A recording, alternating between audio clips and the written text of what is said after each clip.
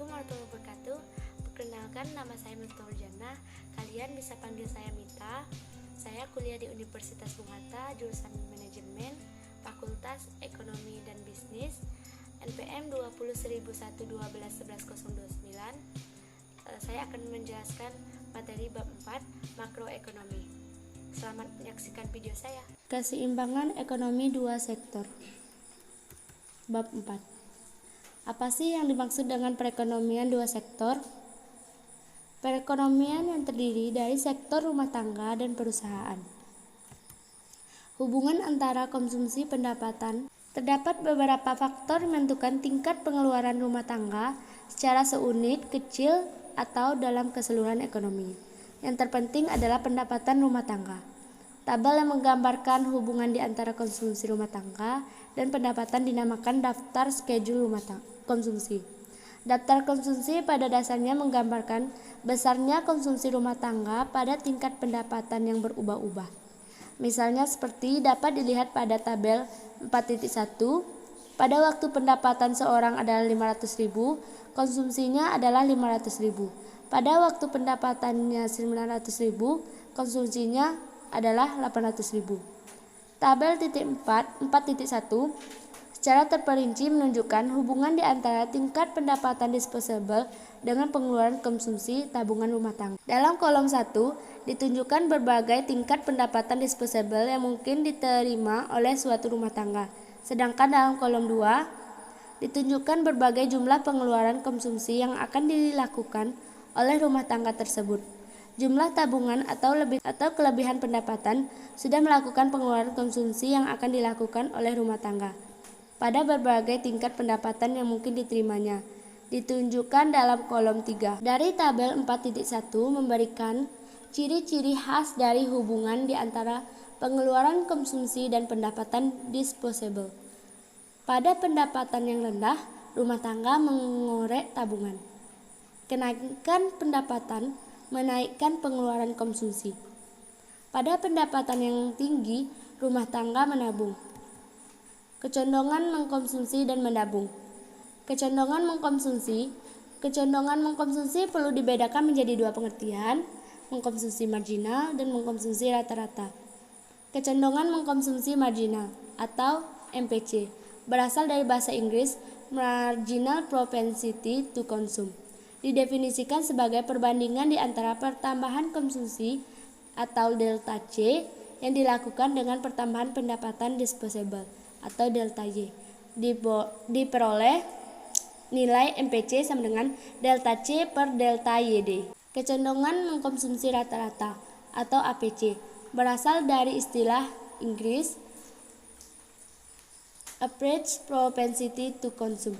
Didefinisikan sebagai perbandingan di antara tingkat konsumsi atau C dengan peringkat pendapatan disposable ketika konsumsi tersebut dilakukan atau YD.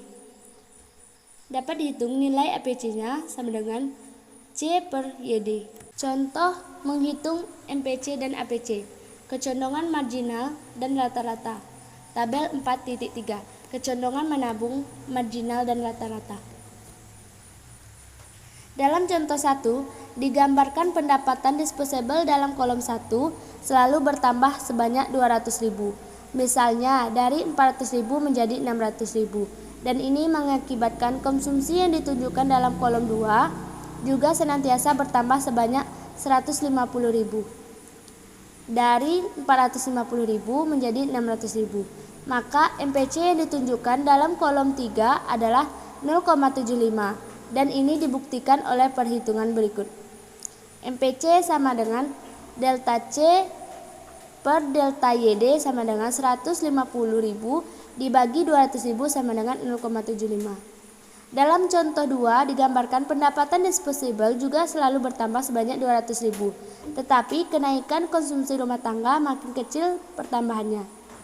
Sifat hubungan di antara pertambahan pendapatan disposable dan konsumsi adalah apabila pendapatan disposable bertambah dari 200.000 menjadi 400.000, konsumsi naik 300.000 menjadi 460.000. Pada perubahan pendapatan dan konsumsi ini, MPC adalah 460 dikurang 300 per 400 kurang 200 sama dengan 0,8.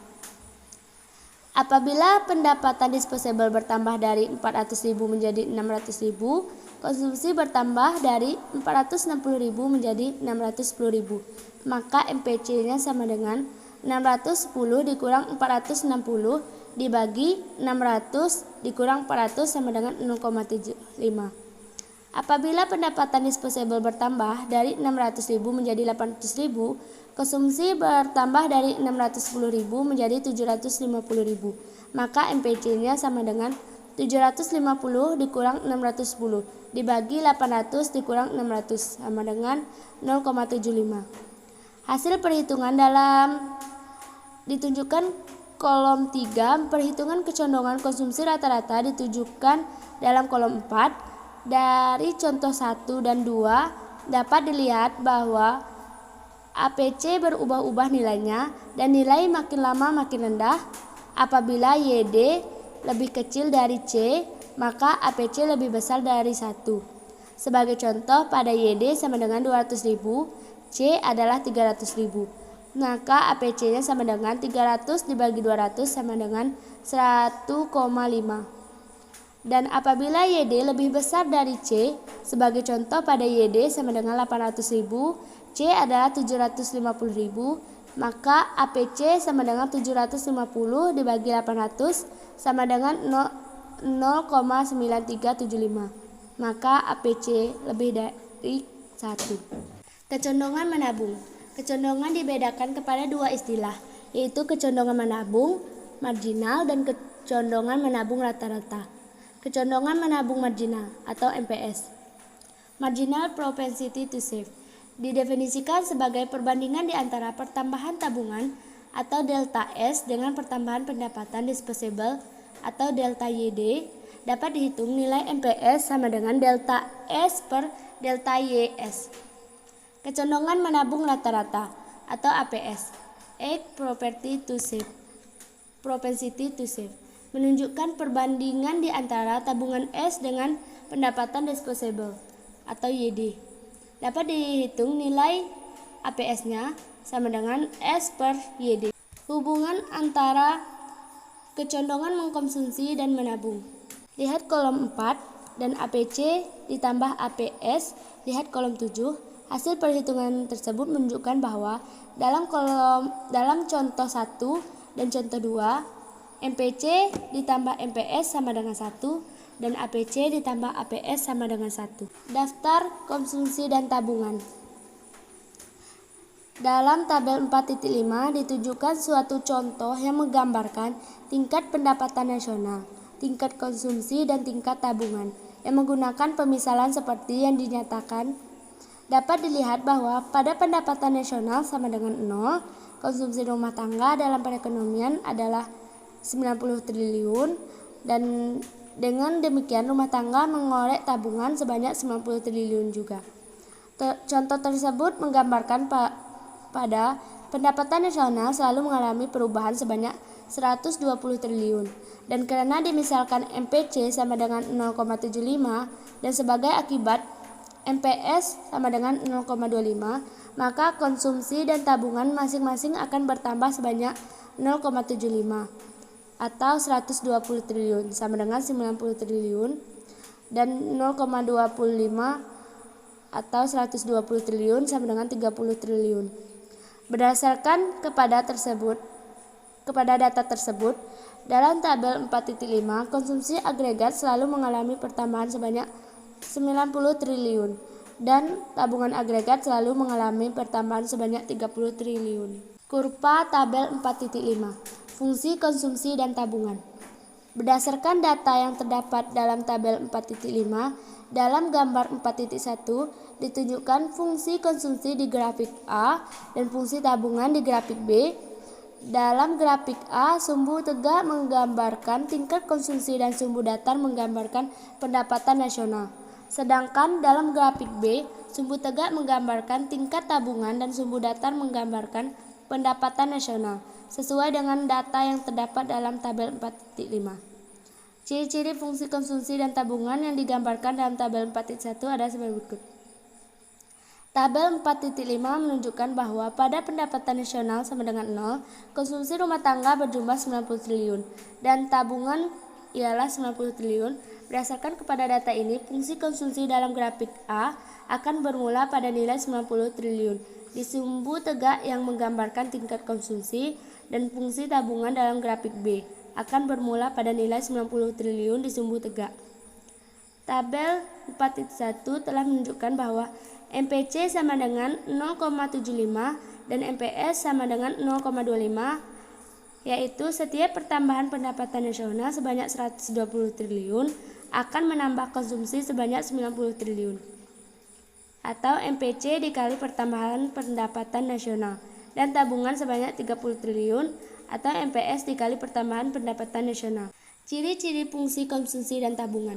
Fungsi konsumsi suatu kurva yang menggambarkan sifat hubungan di antara tingkat konsumsi rumah tangga dalam perekonomian dengan pendapatan nasional atau pendapatan disposable perekonomian tersebut.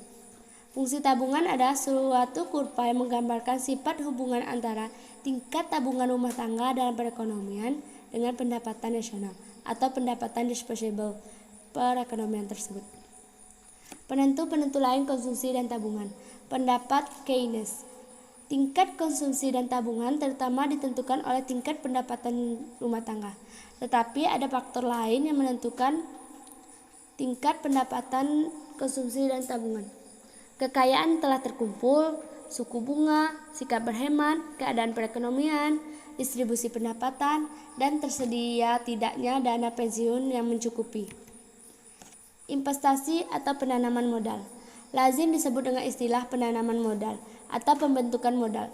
Investasi dapat diartikan sebagai penanaman modal atau perusahaan untuk membeli barang modal, dan perlengkapan produksi untuk menambah kemampuan produksi barang-barang dan jasa yang tersedia dalam perekonomian. Penentu-penentu tingkat investasi.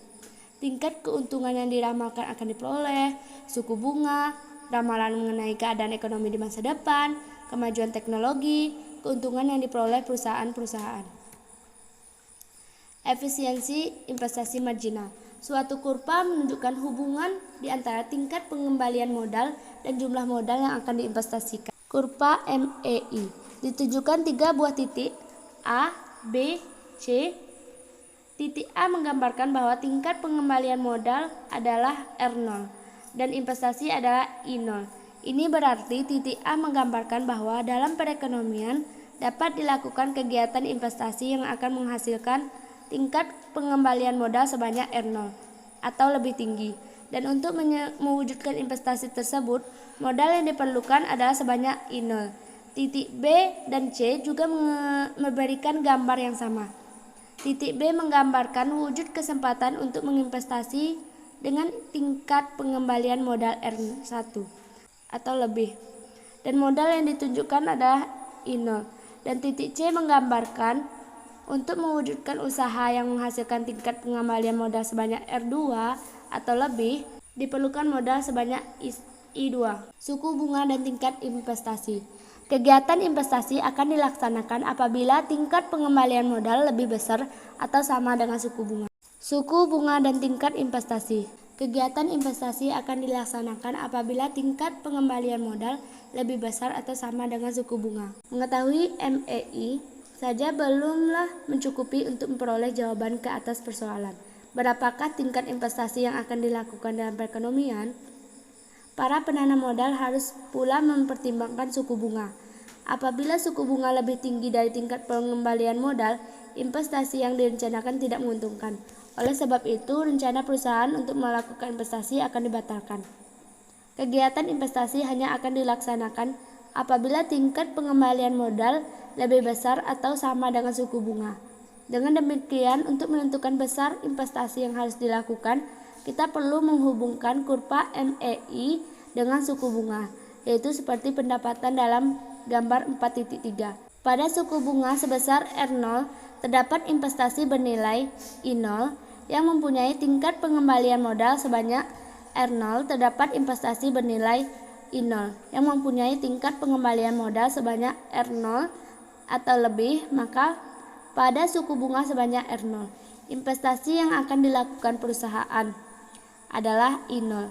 Apabila suku bunga adalah R1, diperlukan modal sebanyak I1 untuk mewujudkan investasi yang mempunyai tingkat pengembalian modal R1 atau lebih. Dengan demikian, pada suku bunga terdapat sebanyak R1, investasi yang akan dilakukan adalah sebanyak I1. Terima kasih telah menyaksikan video saya. Semoga kalian semua mengerti apa yang saya jelaskan. Bye.